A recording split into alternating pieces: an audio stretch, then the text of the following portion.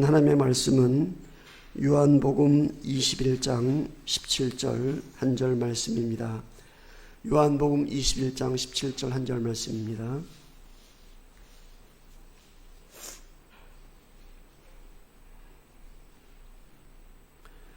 제가 봉독해 드립니다.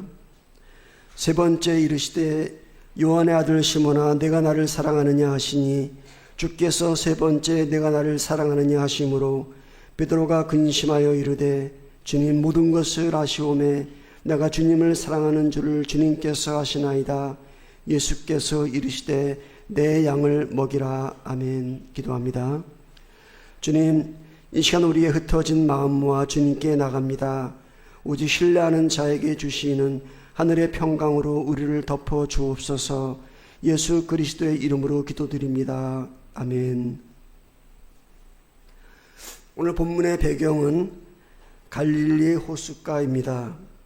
밤새도록 그물을 던졌지만 단 한 마리의 물고기도 잡지 못한 제자들에게 부활하신 예수님이 찾아왔습니다. 주님은 지친 그들을 위해 숯불을 피우고 생선과 떡을 구워 아침밥을 차려주셨습니다. 그런데 여러분, 숯불이라는 단어에 주목해 보십시오. 성경에서 숯불이라는 단어는 딱 두 번 등장합니다. 한 번은 베드로가 예수님을 세 번 부인하던 대제사장 뜰이 숯불이었고 또 한 번은 바로 오늘 본문의 숯불입니다. 베드로는 따뜻한 밥을 먹으면서도 타오르는 숯불을 보며 자신이 주님을 배신했던 그 처절한 밤의 기억을 떠올렸을 것입니다. 식사가 끝나고 흐르는 정적 속에 주님이 입을 여십니다. 베드로에게는 가장 두려운 순간이었을지도 모릅니다. 너 그때 왜 그랬니? 어떻게 나를 모른다고 할 수 있니? 같은 책망이 나올 법한 상황입니다. 그러나 주님은 베드로의 과거를 추궁하지 않으십니다. 대신 그의 가장 깊은 곳을 찌르는 단 하나의 질문을 던지십니다. 요한의 아들 시몬아, 내가 이 사람들보다 나를 더 사랑하느냐? 주님은 이 질문을 한 번도 아니고 세 번이나 반복하십니다. 세 번째 질문이 던져졌을 때 베드로는 근심했다고 성경은 기록합니다. 여기서 우리는 질문을 던져야 합니다. 왜 주님은 굳이 사랑하는 제자의 마음을 이토록 아프게 찌르는 것일까요? 오스왈드 챔버스는 이 장면을 보며 이렇게 말합니다.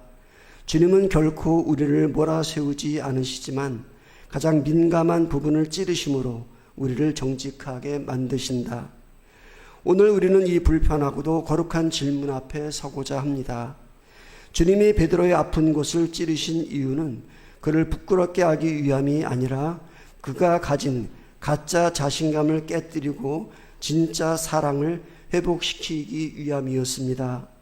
과연 주님이 오늘 우리에게 물으시는 내가 나를 사랑하느냐라는 질문 속에는 어떤 영적 의미가 담겨 있는지, 우리가 붙들어야 할 사명은 무엇인지 함께 나누어 봅니다.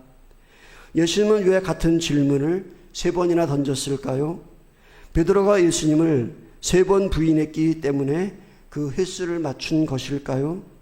물론 그런 상징적 의미도 있겠지만 오스왈드 챔버스는 이를 영적 수술의 과정으로 해석합니다. 한 번의 질문으로는 인간의 견고한 자아를 뚫을 수 없기에 주님은 거듭해서 베드로의 가장 깊은 곳, 그가 가장 숨기고 싶어 했던 그 민감한 지점을 찌르신 것입니다. 17절을 보면 세 번째 질문을 받자 베드로가 근심했다고 기록합니다. 챔버스는 이 대목에서 놀라운 통찰을 제시합니다. 주님의 질문이 우리를 아프게 할 때 그것은 결코 우리를 정죄하기 위함이 아니라 우리 마음속의 가식을 제거하기 위함이다.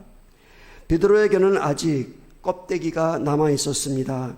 나는 다른 제자들보다 주님을 더 사랑합니다.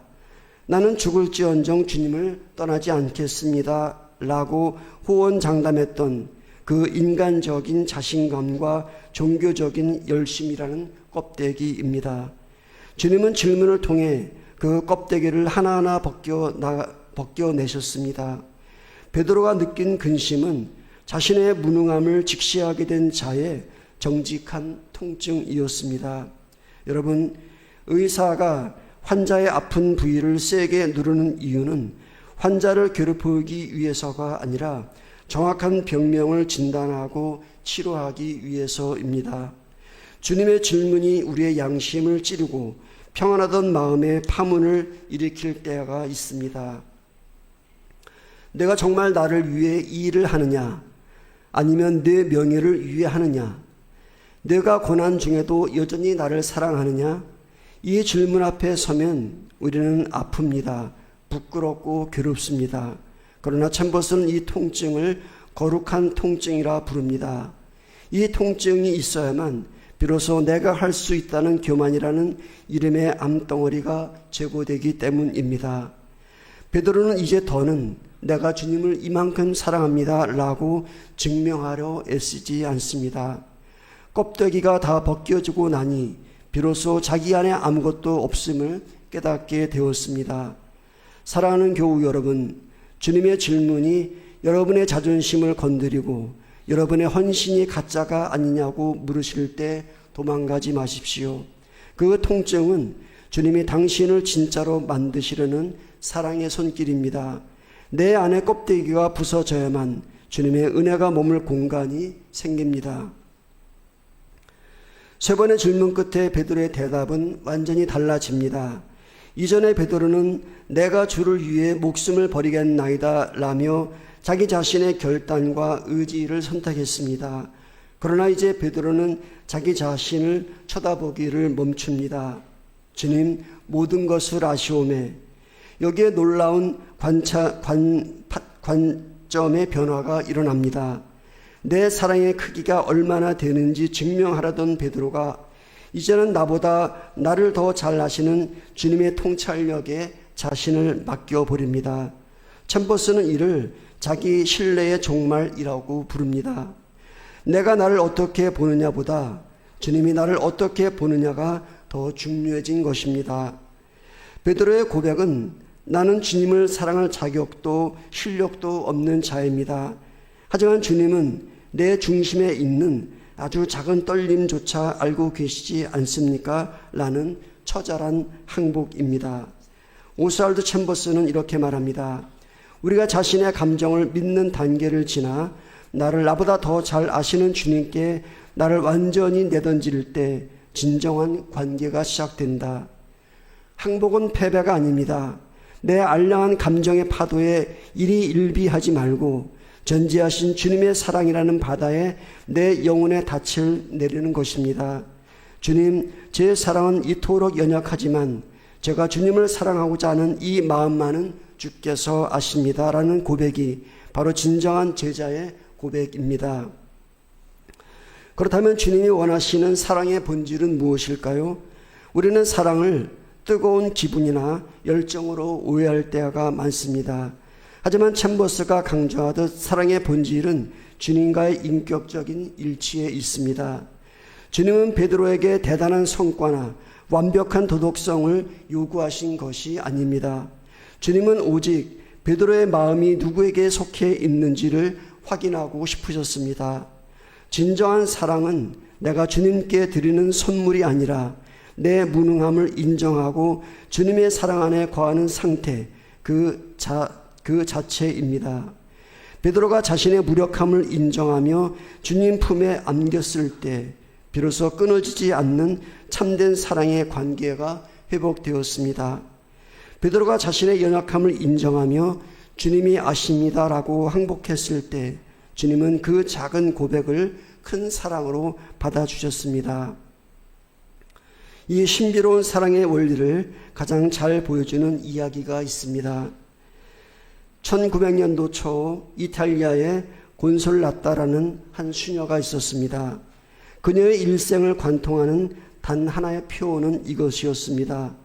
나는 예수님을 열심히 사랑하고 싶다. 지금까지 아무도 사랑하지 못할 만큼 예수님을 사랑하고 싶다.